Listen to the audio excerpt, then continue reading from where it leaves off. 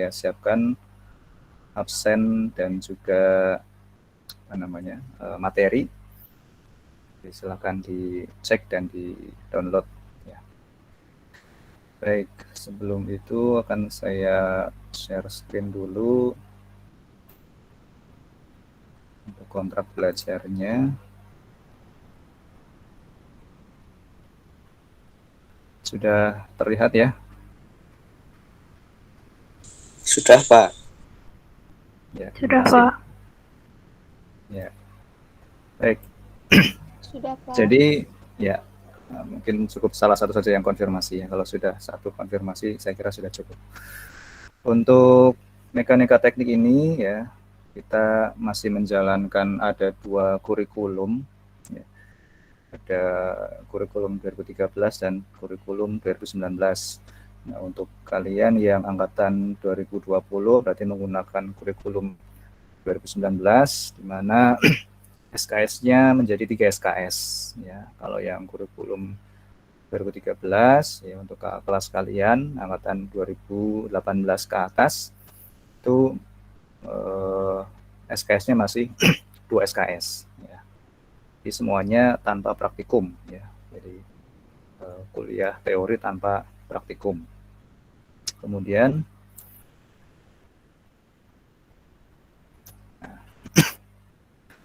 untuk aturan perkuliahan saya kira sudah bisa dipahami semua ya, bahwa untuk kuliah kita satu semester ini sudah diputuskan akan secara daring ya, online, dan menggunakan untuk mekanika teknik ini menggunakan LDRU setiap hari Selasa jam 1 sampai jam 14.40 untuk yang 2 SKS dan yang 3 SKS sampai jam 15.30. Walaupun nanti dalam prakteknya ya ini karena banyak masukan dari mahasiswa khawatir kalau full menggunakan Gmeet seperti ini ya atau Zoom menggunakan online meeting full itu khawatir nanti akan memberatkan mahasiswa ya dari sisi kuota dan sebagainya. Jadi bukan kemungkinan ya, nanti dalam pelaksanaan kuliah mekanika teknik ini online meetingnya ini mungkin hanya 30 menit lah, 30 sampai 40 menit ya. Kemudian nanti sisanya ya kalian belajar mandiri dengan materi-materi yang sudah di-share. Kemudian nanti ada penugasan. Ya, ada tugas-tugas yang harus kalian kerjakan sebagai latihan soal. Ya, insya Allah pekan berikutnya mungkin ada yang perlu dibahas, nanti akan kita bahas ya terkait dengan tugas-tugas yang dikerjakan. Itu. Kemudian untuk presensi menggunakan LDRU ya, kecuali kalau nanti LDRU-nya bermasalah ya nanti bisa kita buatkan presensi yang lain, misalkan menggunakan Google Form atau semacamnya. Ya. Dan diharapkan ya mahasiswa ini bisa mengikuti kuliah minimal 70% ya dari total tatap muka. Karena ada aturan kalau kurang dari 70% ini tidak bisa mengikuti ujian akhir ya. Total nanti ada 14 tatap muka ya. Nah, nanti setelah pertemuan ke-7 akan ada UTS, dan setelah pertemuan ke-14 akan ada UAS. Dan UTS dan UAS ya masih sama menggunakan online lewat LDRU. Ya. Nah, ya nanti yang keempat, jika diperlukan dosen pengampu dapat menggunakan online meeting ya, seperti hal dari ini ya, menggunakan Google Meet. Atau mungkin kalau misalkan dosennya berhalangan gitu ya, mungkin hanya sharing materi menggunakan PowerPoint bersuara misalnya ya, atau menggunakan media yang lain ya, mungkin nanti bisa disampaikan terlebih dahulu ke mahasiswa. Artinya mungkin tidak setiap pertemuan itu menggunakan online meeting seperti ini ya, tergantung nanti kesepakatan dengan mahasiswa. Itu ya. Kemudian untuk dosen pengampu ini untuk kelas A dan B ini kita buat sama dosennya. Jadi tetap dibedakan antara kelas A dan B, tetapi dosen pengampunya sama. Ini karena masih online ya, jadi saya kira masih sangat memungkinkan untuk digabung. Untuk dosennya, koordinatornya saya sendiri, ya, kemudian ada Bu Dian dan Bu Eni Sumarni. Kemudian untuk penilaian ini berbeda dengan yang tahun kemarin ya. Untuk tugas PR atau kuis ini 30%, kemudian untuk UTS ini 30%. Ya. Nah, materinya nanti dari materi pertemuan 1 sampai 5, kemudian yang UAS ini lebih besar porsinya itu 40%, karena materinya lebih banyak. Jadi materi 6 sampai materi 14. Ya. Nanti silakan kalau mau ada yang mau usul diubah persentasenya, nanti silakan bisa diusulkan. Untuk materinya sendiri seperti ini ya, jadi ada 14 pertemuan, di mana dari masing-masing pertemuan atau dari masing materi ini ada yang dibahas dalam satu pertemuan, ada yang dibahas dalam 2 pertemuan. Nah, untuk bagian saya ini, ya, untuk materi saya dari pertemuan 1 sampai 5, nanti akan kita belajar tentang dasar mekanika teknik dan sistem gaya 2 dimensi, resultan sistem gaya 2 dimensi, dan keseimbangan sistem gaya 2 dimensi. Ini dalam 2 pertemuan. Kemudian materi Bu Eni ya, nanti pertemuan 6 dan 7 tentang analisis struktur atau kuda-kuda ya, dengan metode sambungan dan metode potongan. Ya, ini Bu Eni Sumarni ada 4 pertemuan. Kemudian Budian 5 pertemuan. Ya, Budian nanti akan memberikan materi tentang gaya pada batang ya, 2 pertemuan, kemudian ada gesekan dan momen pertama dan sentroid. Ini tentang materinya. Kemudian nah untuk materi ujian ya. Nah, supaya kalau di sini kan Bu Eni terpotong UTS. Nah, supaya beliau tidak terlalu tidak berat dalam koreksi ujian ya, maka untuk materi Bu Eni digabungkan dengan materi Budian untuk UAS-nya. Ya. Jadi UTS-nya hanya materi dari saya 5 pertemuan di awal, kemudian sisanya ya pertemuan 6 sampai 14 ini untuk materi UAS. Ya. Hanya di sini tadi porsi UAS lebih banyak dibandingkan yang UTS karena materinya lebih banyak. Itu untuk pembagian tim teaching ya, materi dan juga komponen penilaian. Kira-kira ada yang mau ditanyakan atau mau diusulkan, silahkan.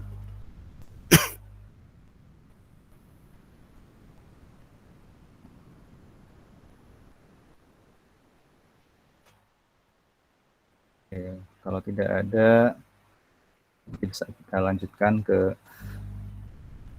materi yang pertama ya. Baik. Untuk materi yang pertama itu sudah saya share di LDRU. Facebooknya sebentar. Dan saya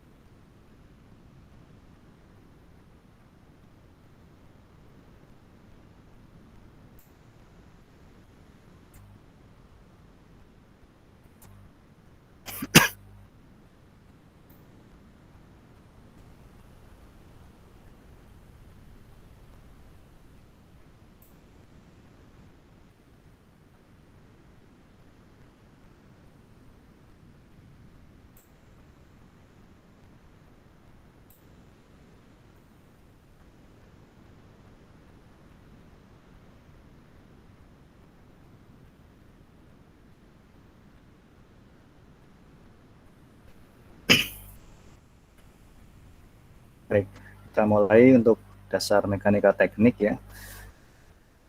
Sebelumnya untuk buku acuan ya, buku acuan yang kita pakai itu saya lupa menyimpan filenya. Jadi nanti yang kita pakai adalah dari SCOUM series ya, yang judulnya apa ya, Mechanics ya, kalau tidak salah. Nanti saya share juga di Eldiru untuk apa namanya e-booknya, nanti bisa kalian download. Jadi di situ yang kita pakai itu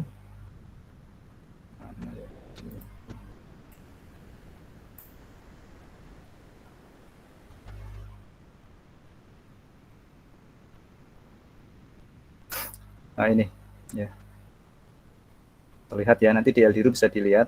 Jadi ini pustaka utama yang kita pakai. Jadi yang SCOUM's Outline of Theory and Problems of Engineering Mechanics, Statics and Dynamics. Ya. Ini yang kita pakai. Ini saya kira juga sudah banyak e-booknya. Nanti bisa kalian cari sendiri juga. Nanti saya share juga di Eldiru. Oke, ini yang kita pakai buku utamanya. Kalau untuk yang lain, untuk apa namanya, untuk pengayaan silahkan kalian bisa mencari sendiri. Oke. Baik, ini tentang mekanika teknik. Apa itu mekanika? Ya. Jadi mekanika adalah cabang ilmu fisika yang berbicara tentang keadaan diam atau geraknya benda-benda yang mengalami kerja atau aksi gaya.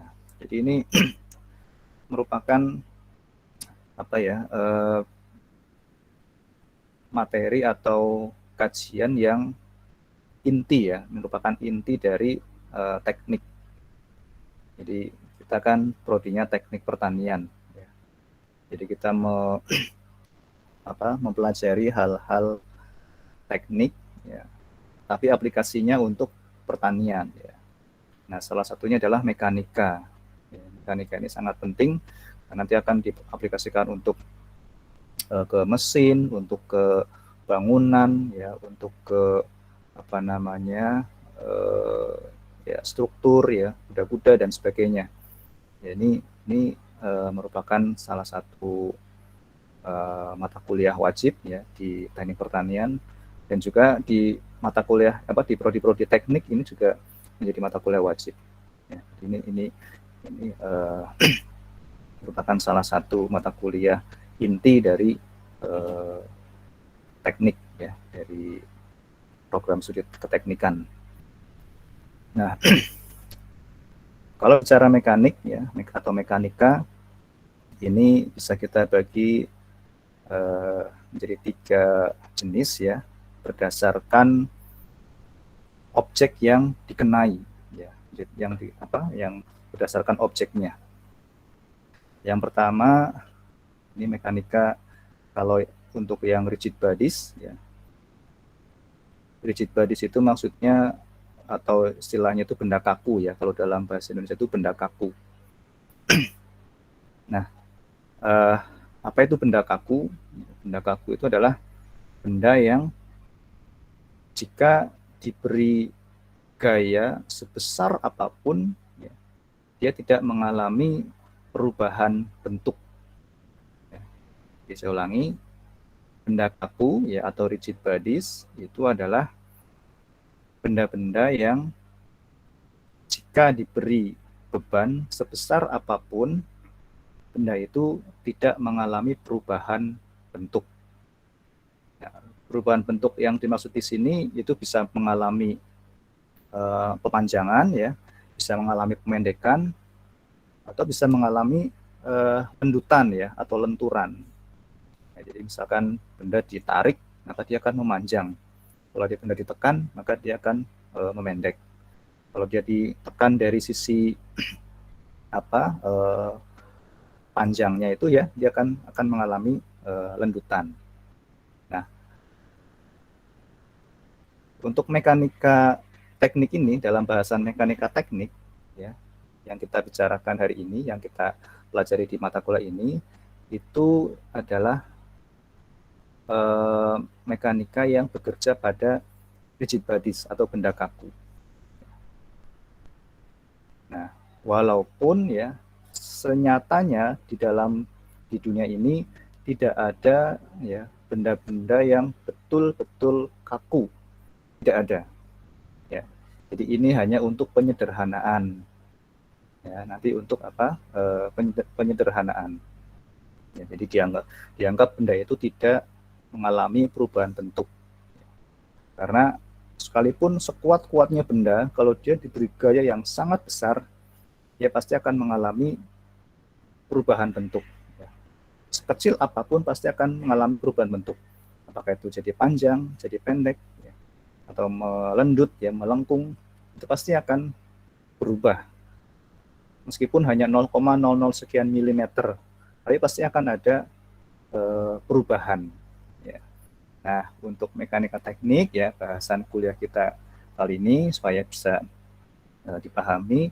Jadi yang dijadikan objek adalah benda kaku, ya, benda yang tidak mengalami perubahan bentuk.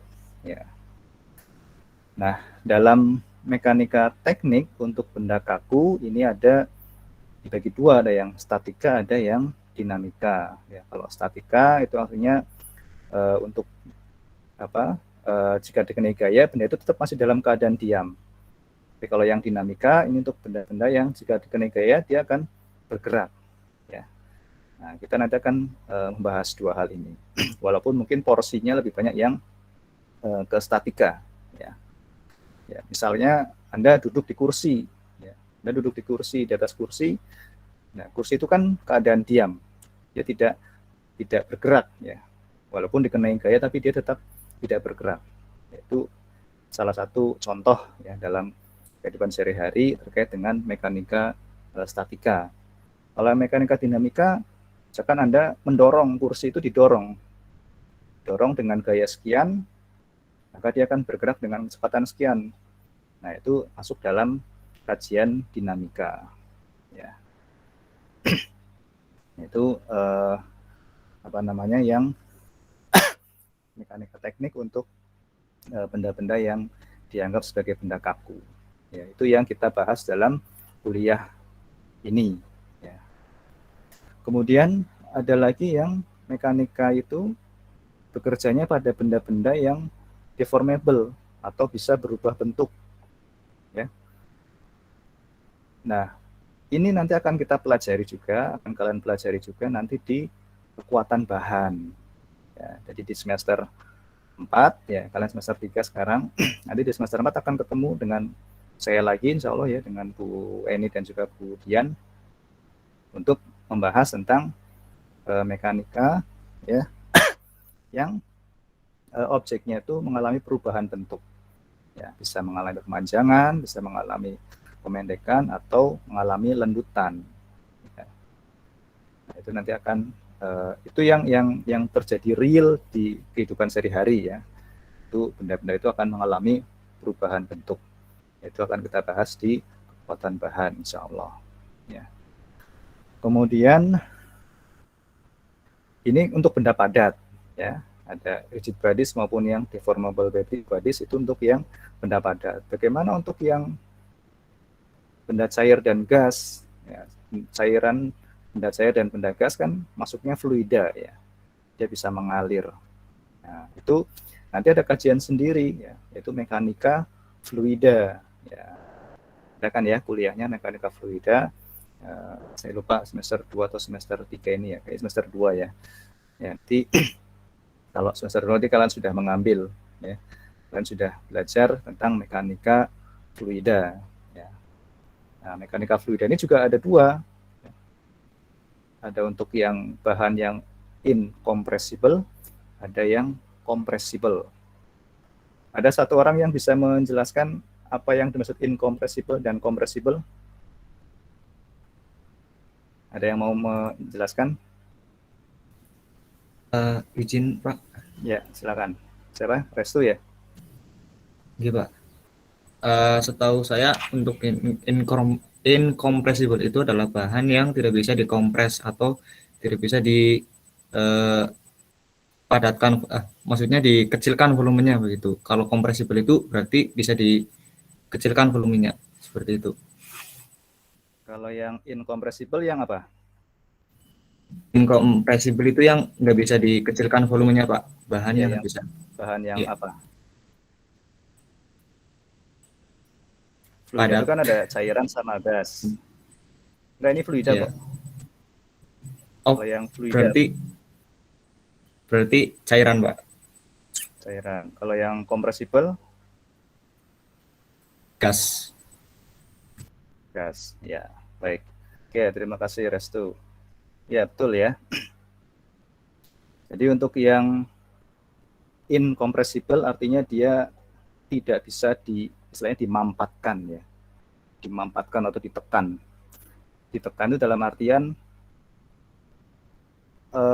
masanya tetap ya, tetapi volumenya berkurang.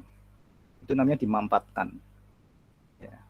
Seperti kalau Anda mompa ban itu ya, apa namanya? Apa istilahnya ya? Gas itu kan ditambahkan terus ya, ditambahkan di pompa itu terus di dimasukkan ke dalam ban itu ditambahkan terus ke dalam ban. Itu termasuk fluida yang compressible, artinya dia dimampatkan. Kalau yang incompressible artinya dia tidak bisa dimampatkan. Ya, nanti ini akan ketemu lagi nanti. Ya, fluida yang dimampatkan ini akan ketemu lagi di mata kuliah motor bakar ya. Kemudian ada termodinamika. Nanti akan ketemu lagi dengan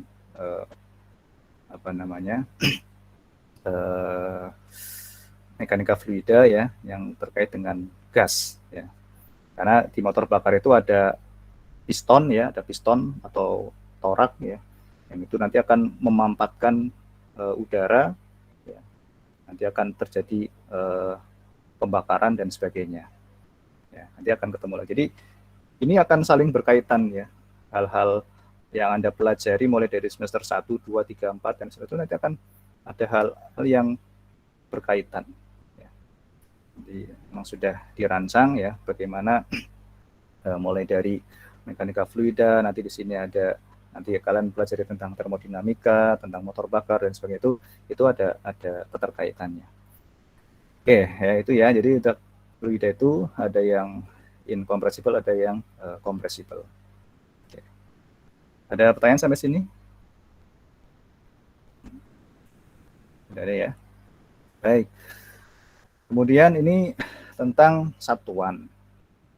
Saya ingatkan dari awal ya, bahwa di mekanika teknik ini kita akan banyak menjumpai perhitungan-perhitungan ya, ada formula-formula, rumus dan sebagainya, di mana itu perlu ada satuan yang harus dicantumkan ya.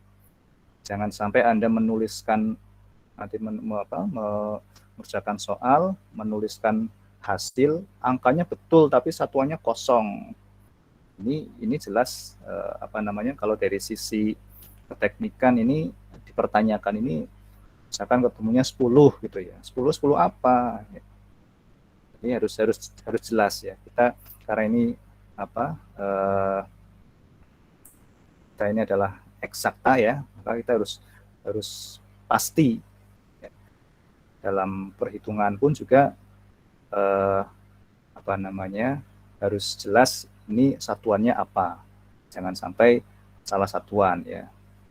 Sama-sama satuan berat, tapi kalau berbeda kilogram dengan gram juga berbeda. Tentunya kan berbeda. 1 kilo dengan 1 kilogram dengan 1 gram kan jelas berbeda. Jadi harus jelas ya penulisan satuan. Ini saya wanti-wanti dari awal. Nanti dalam pengerjaan soal ya, latihan soal maupun nanti ujian harus jelas satuannya dituliskan di dalam hasil. Tidak ya, nanti akan berkurang nilainya ya. Nah, terkait dengan satuan ya, kita biasanya kalau satuan itu berkaitan dengan besaran ya, ada besaran satuan ya. Nah, besaran ini saya kira sudah dipelajari di SMA dulu ya, dan juga kemarin di fisika pernah belajar saya kira bahwa ada besaran-besaran pokok ya. Nah, di dalam mekanika teknik ini kita juga nanti akan ketemu lagi yang akan banyak kita pakai ya. Besaran ada 4 yang biasa dipakai ya, ada besaran panjang, waktu, massa, dan juga gaya ya. Nah, saya kira sudah paham ya satuan internasionalnya atau satuan SI-nya. Panjang itu meter, untuk waktu itu second atau detik, untuk massa itu kilogram, juga yaitu satuan SI-nya adalah Newton, ya, N besar. Nanti ada banyak juga satuan-satuan yang lain ya, nanti silakan nanti bisa dicari sendiri. Oke, itu tentang satuan. Nah, untuk konversinya juga saya kira sudah banyak ya. Nanti bisa kalian searching sendiri satuan-satuan konversinya. Nah, selain satuan ya, biasanya kita akan menemui juga beberapa awalan satuan ya, atau prefix atau awalan satuan ya. Kalau yang kita tahu misalnya ada kilo, hekto, deka, desi, senti, mili, mikro, nano ya, yang biasa kita kenal mungkin dari nano sampai ke tera ya. Ya kalau di hard disk itu sudah sampai tera. Ya. Ini di atas lagi, di sini ada lagi, di atasnya tera ada lagi, di bawahnya nano, pico masih ada lagi. Ya. Nah, ini juga harus kalian pahami ya, karena seringkali nanti dalam soal-soal itu satuan itu tidak menggunakan satuan biasa ya, misalkan 10 Newton ya, tapi kalau ada 10 juta Newton itu apakah ditulis 10 nol-nolnya 6 itu kan akan sangat merepotkan ya. Jadi awalan satuan ini untuk memudahkan ya, untuk memudahkan dalam menjelaskan nilai dari sebuah besaran. Ya misalnya 10 juta Newton ya, berarti ditulisnya nanti 10 mN ya, 10 mega Newton. Ya, ini juga harus kalian hafalkan ya, simbolnya ya. Misalkan tera itu T besar, giga itu G besar, mega itu M besar, ya. Kilo itu K kecil dan sebagainya. Mili M kecil, mikro mu ya, nano itu N kecil, pico itu P kecil dan sebagainya. Nah, nanti di atas ini nanti ada lagi, ada eksa, peta ya, di atasnya tera ini ada peta, ada eksa, berarti 10 pangkat 18 ya, eksa, peta, tera, giga, mega, kilo ya. Terus nanti ada senti, mili, mikro, nano, pico, bawahnya ada femto, ada ato ya, dan seterusnya. Itu yang awalan-awalan yang biasa dipakai. Kemudian, nah ini juga tentang besaran ya. Ini saya kira Anda juga sudah pernah belajar tentang besaran skalar dan besaran vektor. Ada yang bisa menjelaskan besaran skalar itu apa, besaran vektor itu apa? Ini dalam bahasa Inggris ya, dalam bahasa Indonesia gimana penjelasannya? Ada yang mau menjelaskan? Besaran skalar apa, besaran vektor itu apa? Ada? Silakan Dede Suhendi. Mohon maaf Pak, suara saya udah terdengar belum ya Pak? Ya sudah jelas, silakan. Izin menjawab Pak, mohon maaf kalau salah. Untuk besaran skalar itu yang hanya memiliki jarak. Kalau untuk besaran vektor itu memiliki jarak dan arah Pak. Oke. Baik, terima kasih Dede Suhendi atas jawabannya. Hampir betul ya. Jadi kalau besaran vektor itu besaran yang mempunyai nilai ya, bukan jarak ya. Kalau jarak itu kan berarti panjang ya. Jarak itu termasuk besaran. Jadi besaran skalar itu besaran yang hanya mempunyai nilai, tidak tergantung arah. Kalau besaran vektor itu besaran yang mempunyai nilai ya, dan juga arah, ya, dipengaruhi oleh arah. Ya. Contohnya apa? Besaran skalar, misalkan panjang, ya. Misalkan panjang meja 10 misalkan 60 cm misalnya, kan tidak ada arah ya, 60 cm ya sudah 60 cm. Massa ya, masanya berapa? 10 kg. Ya, beda antara massa dengan berat ya. Kalau di dalam kehidupan sehari-hari mungkin kita mengenal berat itu dalam satuan kilogram, tapi dalam fisika ya, dalam mekanika itu beda antara massa dengan berat. Kalau massa itu bobot ya, kilogram, gram. Kalau berat itu dipengaruhi oleh gravitasi ya, jadi satuannya newton ya, atau pound ya. Ya tadi ada satuan ini ya, satuan lb ini ya, force ya. Lb ini bacanya pound ya. Jadi kalau ada 1 lb jangan disebutkan 1 lb tapi 1 pound.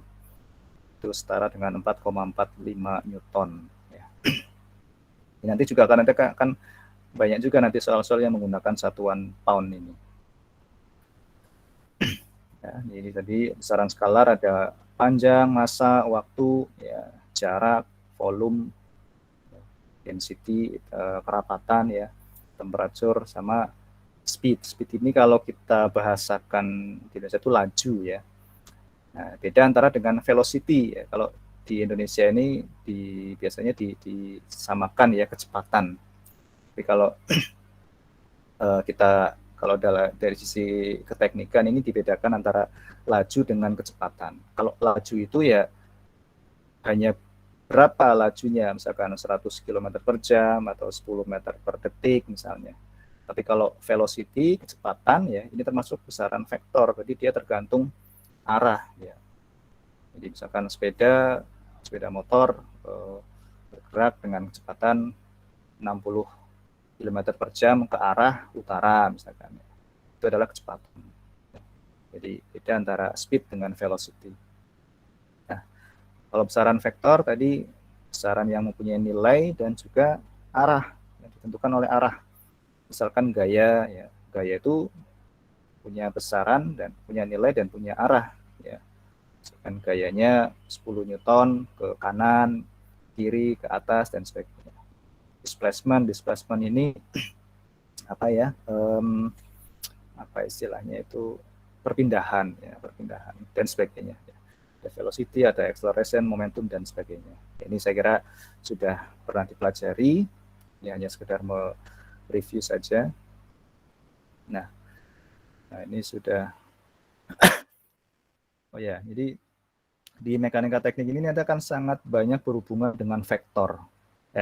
Dengan gaya ya, dengan force ini, dengan gaya. Ya, kita bicara tentang statika dinamika, di mana gaya itu berpengaruh ke benda ya, di mana benda itu nanti akan mengalami perubahan, mengalami bergerak atau tidak ya, statika atau dinamika. Ya. Jadi nanti akan sangat banyak ketemu dengan gaya atau force. Nah, ini saya kira Anda sudah pernah belajar ya tentang bagaimana penjumlahan vektor dan juga pengurangan vektor ya. Nanti kita akan ketemu lagi insya Allah. Nah, sistem gaya ya. Jadi ini gaya adalah interaksi antara benda-benda yang berpengaruh terhadap bentuk atau gerak atau keduanya ya, pada benda yang terlibat. Jadi berpengaruh terhadap bentuk ya, berarti dia bisa membuat benda itu berubah bentuk ya, tadi ya, bisa mengalami pemanjangan, pemendekan, atau lendutan, atau juga berpengaruh terhadap gerak ya, yang tadinya diam didorong gitu dia akan bergerak, atau keduanya bisa berubah bentuk, bisa juga dia bergerak ya, tergantung dari gayanya. Ini termasuk besaran vektor ya, jadi ada besarnya atau nilainya atau magnitude-nya, ada arah, dan ada titik tangkapnya. Ya. Seperti ini kalau direpresentasikan ya, seperti ini gaya itu. Nah, ini satuannya tadi Newton dan ada pound ya. Nah, ini kalau secara grafis ini bisa digambarkan seperti ini, di mana panjang garis ini sebagai besarnya gaya, kemudian arah gaya itu biasanya dinyatakan dengan sudut ya, alfa, atau perbedaan ini tangannya ya, tangan y per x-nya. Ini secara kalau secara grafis.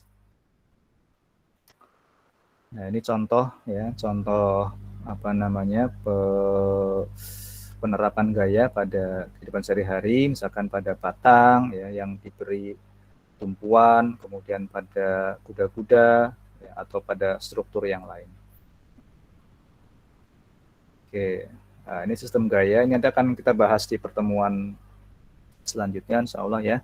Jadi secara ringkas saja bahwa sistem gaya itu ada yang bekerja secara kolinear. Kolinear itu maksudnya dia dalam satu garis, ya, dalam satu garis. Bisa berlawanan, bisa satu arah, ya. Itu kolinear. Ada juga yang koplanar. Ya, koplanar itu maksudnya dalam dua dimensi, ya, dalam bidang, dalam dua dimensi.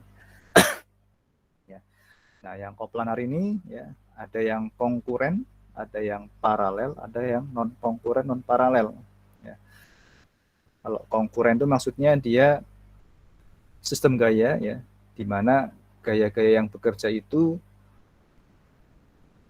berasal atau menuju ke satu titik yang sama, ya, atau konkuren. Ya, istilahnya konkuren seperti ini. Jadi ada beberapa macam gaya, tapi dia berasal atau menuju ke titik yang sama, itu namanya konkuren.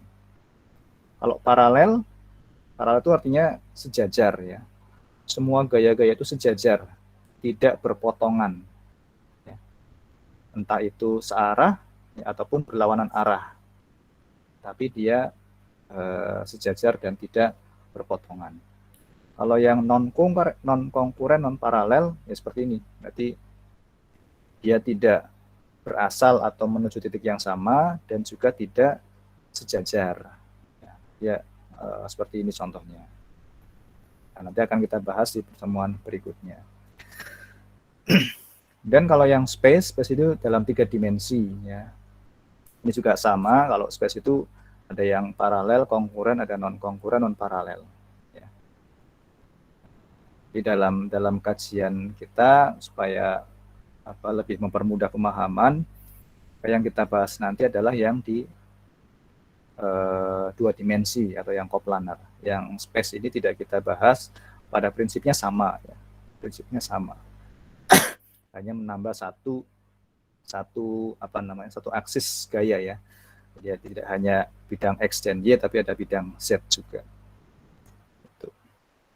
Ya, ini contohnya, penggambarannya. Ini yang 3 dimensi. Oke.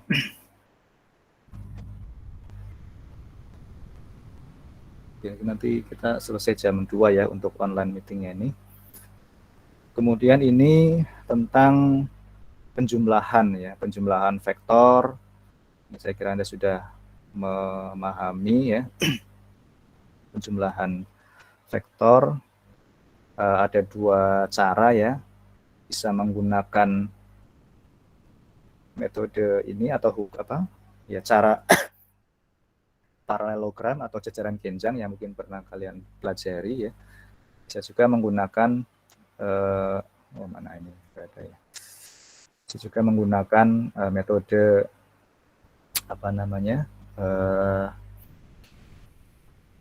istilahnya ya.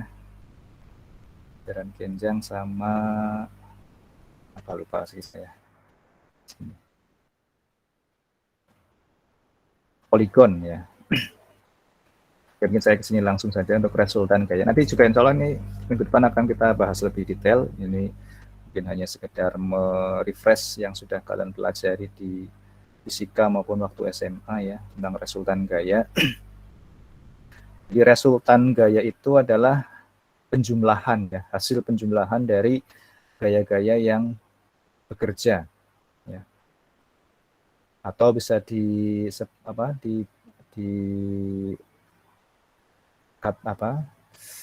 dalam kata lain itu bisa dibilang resultan adalah satu gaya tunggal yang bisa menggantikan semua gaya yang bekerja, ya. Jadi misalnya ada dua buah gaya F1 dan F2.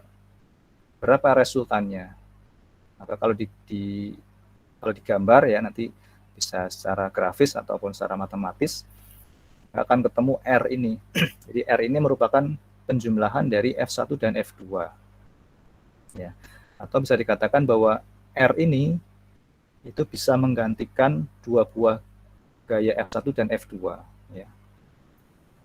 Jadi, satu buah gaya tunggal yang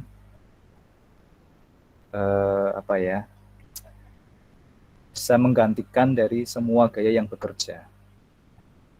Itu resultan. Nah, contohnya seperti ini ya.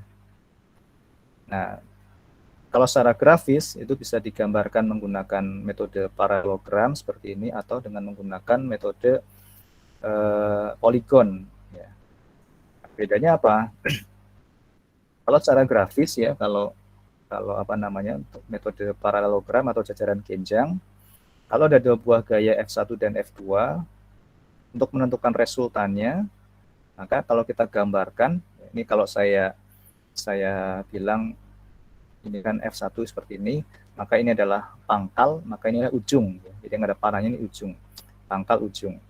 Nah, kalau metode paralelogram atau jajaran genjang, itu kalau digambarkan pangkal ketemu pangkal. Ya.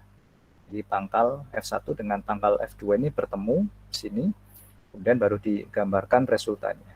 Ya, menggunakan garis bantu yang panjangnya sama, kemudian ketemu resultannya. Ini adalah resultan dari F1 dan F2. Nah, bagaimana kalau tiga buah gaya ya, dengan metode paralelogram sama? Kita buat satu persatu dulu. Ya. Misalkan ada F1, F2, F3. Maka resultannya kita buat dulu yang F2 dengan F3. F2 dengan F3, kita cari resultannya dengan menggunakan paralelogram ya, atau jajaran genjang, di mana tadi pangkal ketemu pangkal. Ya, ketemu R1 di sini. Nah, itu tinggal F1 dan R1. Ya. F1 dan R1, kita cari lagi dengan metode yang sama, pangkal ketemu pangkal di sini, ketemulah resultannya di sini.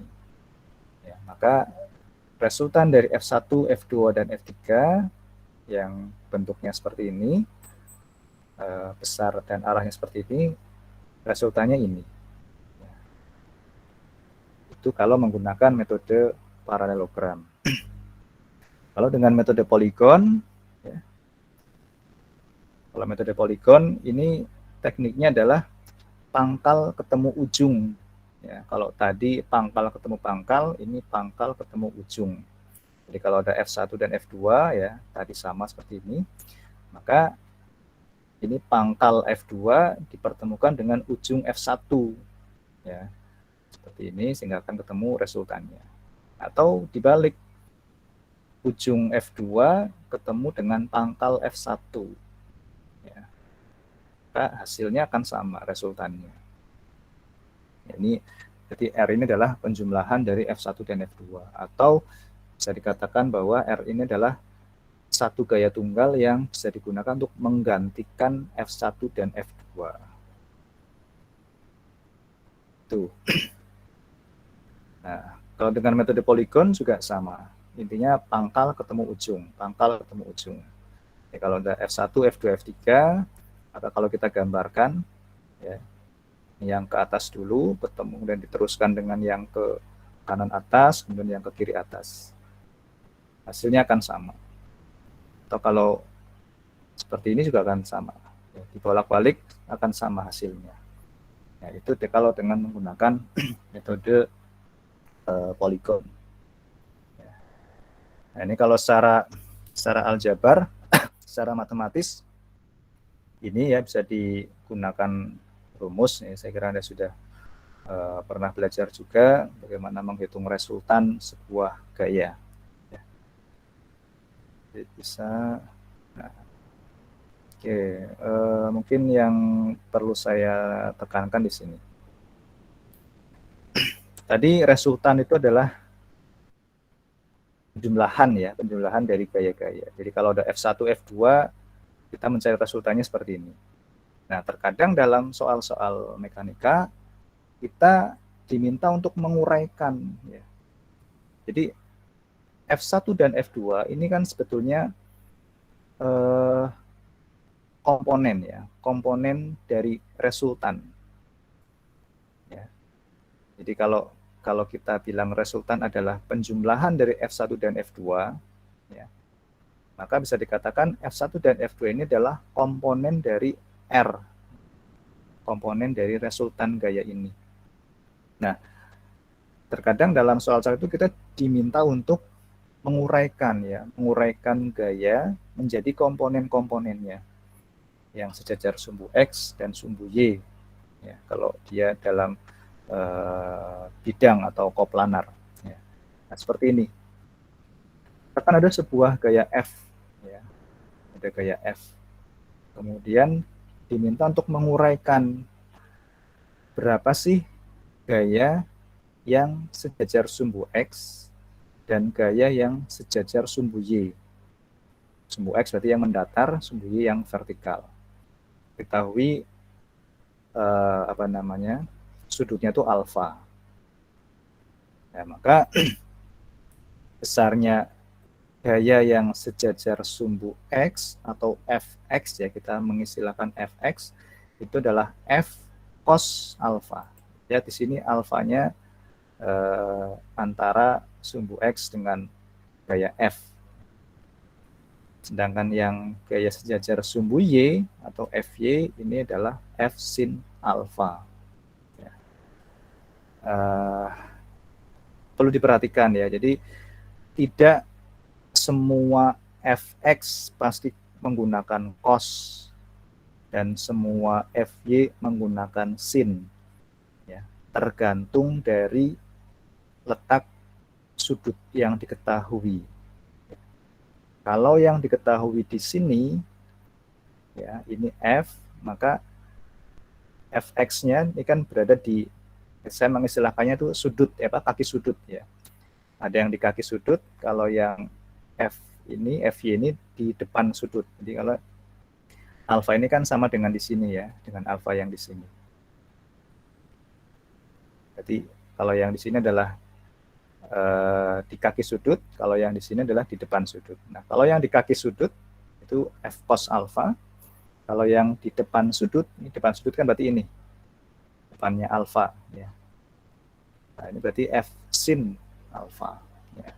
Karena ada ya kelas kalian yang kadang salah mengartikan ya, menganggap bahwa semua yang Fx itu pasti cos, semua yang Fy itu pasti sin, itu tidak.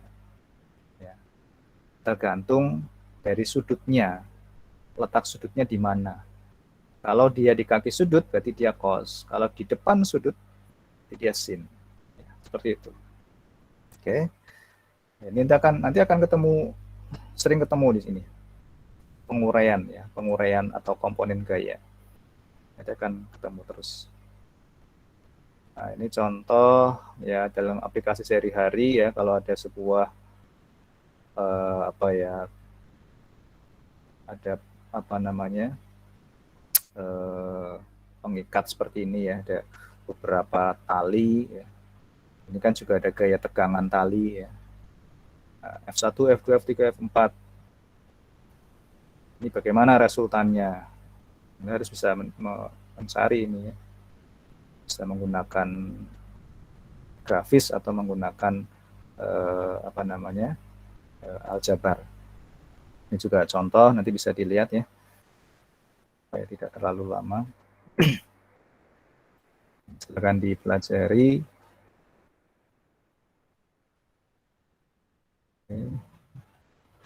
Ini contoh, ini di sini ya. Kalau ada contoh seperti ini termasuk gaya apa ini? Konkuren, paralel atau non konkuren non paralel? Ada yang mau jawab?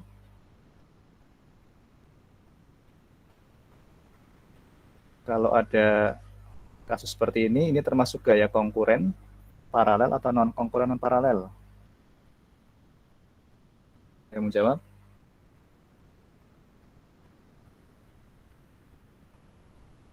Satu orang, masa nggak ada?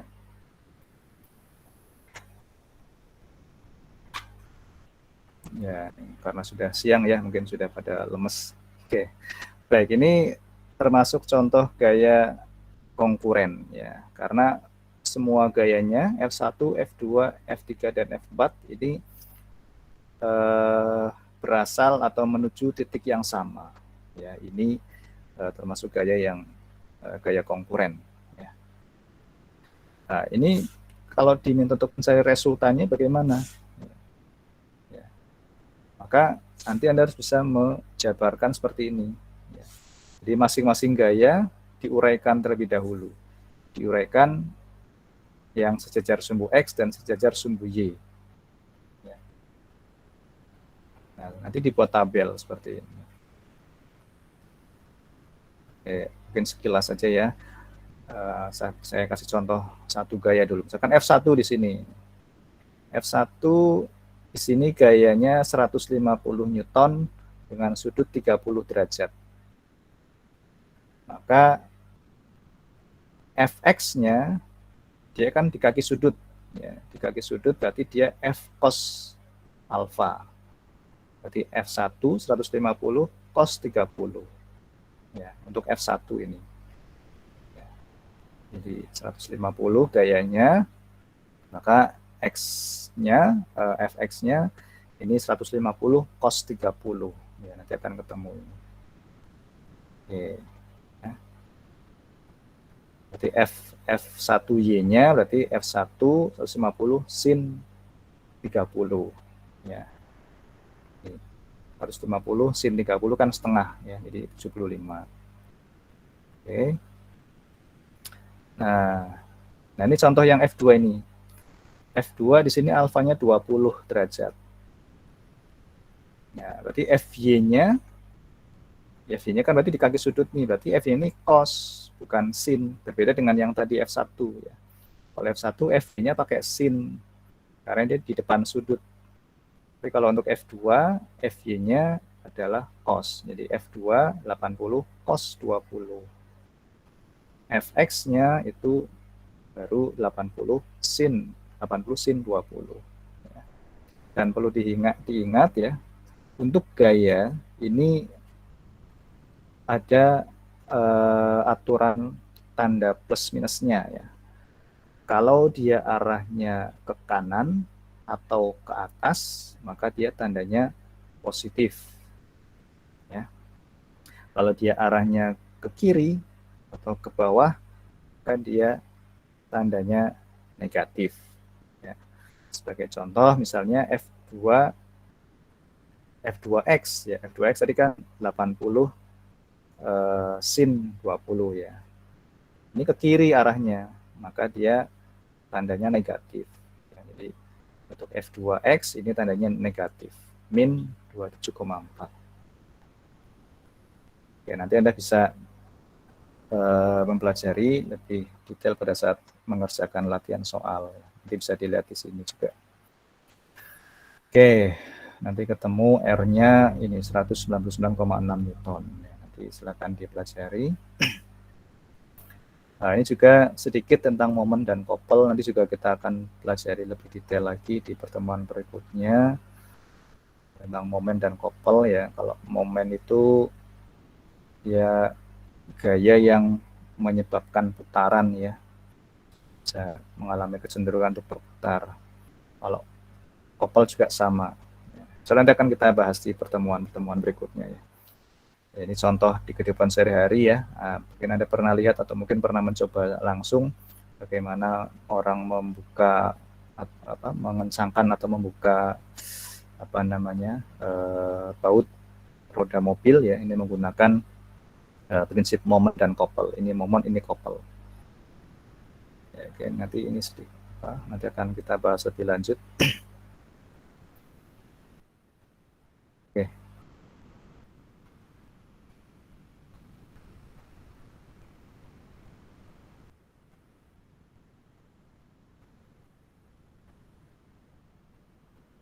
Ada pertanyaan sampai sini?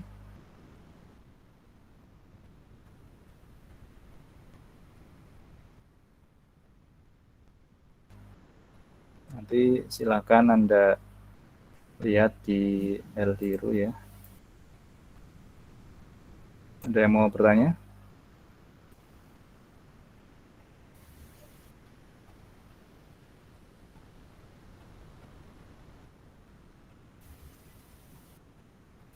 Belum ada, Pak.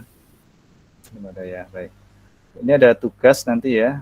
Ada tugas, oh masih tersembunyi. Baik.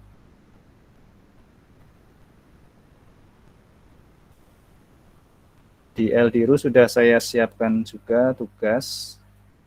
Kalau tadi masih tersembunyi nanti saya showkan. Ambil.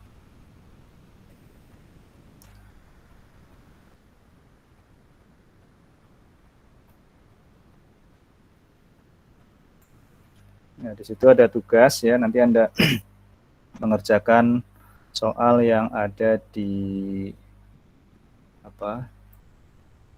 Di file vector itu ya. File vector itu nanti Anda mengerjakan dua nomor 120 dan oh ini bukan ini. Sebentar.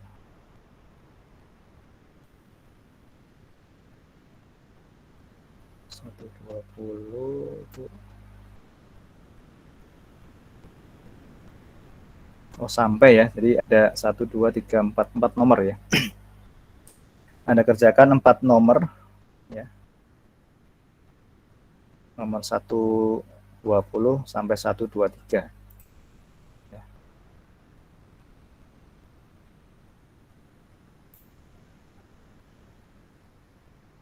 Mohon maaf, Pak, di Eldiru belum muncul. Belum muncul, sebentar.